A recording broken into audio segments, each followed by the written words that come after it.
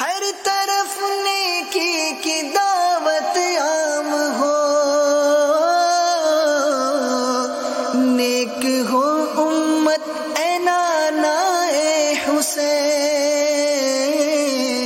ہم لیاری سے آئے، میں خانپور سے آیا ہوں اور یہاں مدنی مذاکرہ دیکھنے کے لیے جا رہا ہوں۔ مدنی مذاکرہ دوسری بار اٹینڈ کر رہا ہوں۔ ہم تو الحمدللہ یہاں آ کر بے نمازی سے نمازی بن گئے، اور ہم آتے ہیں اور عاشقوں کے ساتھ بیٹھتے ہیں اور ان کی باتیں سنتے ہیں اور دل کو روشن کرتے ہیں۔ دیکھیں نا، اگر ہم یہاں نہیں آ پاتے اور اپنے بچوں کو اس جگہ سے دور رکھتے ہیں، خود نہیں آتے اور اپنے بچوں کو بھی دور رکھتے ہیں، تو اسی وجہ سے نا ہمارے بچے الٹی حرکتوں میں پڑ جاتے ہیں۔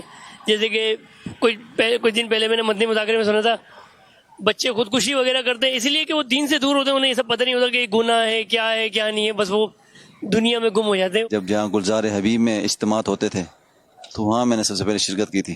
الحمدللہ رب العالمین، ہمیں جو ہے ہر معاملات میں جو انہوں نے حضرت صاحب نے تربیت کی ہماری، تو اس کے لحاظ سے جو ہے ہمیں ان کے مطابق چلنا چاہیے۔ مدنی مذاکرہ ایک سیکھنے سکھانے کا پروگرام ہے جس میں امیر اہل سنت ہمیں بہت کچھ سکھاتے ہیں۔ اس میں سوال جواب ہوتے ہیں، تو سوال جواب سے ہمیں کافی کچھ سیکھنے کا موقع ملتا ہے۔ بے علمی کا دورہ ہے، لوگوں کو دین سیکھنا بڑا مشکل، یعنی آسان ہے لیکن لوگوں نے مشکل سمجھا ہوا ہے۔ ہمیں سنت باریک بینی کے ساتھ بالکل آسان انداز میں دینی مسائل بتاتے ہیں۔ الحمدللہ مرشد کریم کی زبان میں تاثیر ہے تو سمجھ میں بھی آتا ہے۔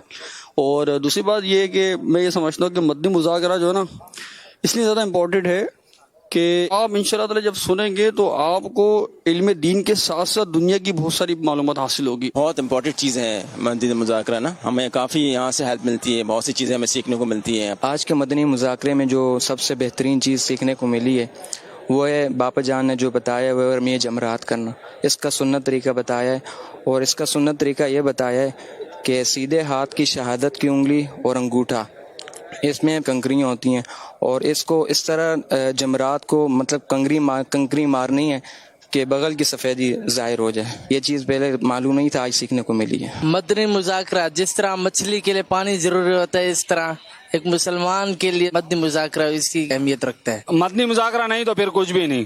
مدنی مذاکرہ تو ہماری جان ہے، الحمدللہ دعوت اسلامی ہماری مان ہے۔ یوں سمجھ لیجیے اس کے بغیر انسان کی زندگی ادھوری ہے۔ کئی ایسی چیزیں جو میں نے لائف میں پہلی بار سنی، الحمدللہ امیر اہل سنت اتنی بڑی ہستی جو ہے ہمارے درمیان موجود ہے کراچی میں، اور ہم ہیں کہ جو ہے بس گھروں سے نکلتے نہیں ہیں۔ کوشش کریں کہ اپنے قیمتی وقت میں سے کچھ وقت نکالیں اور ضرور بضرور مدنی مذاکرے میں حاضری دیں۔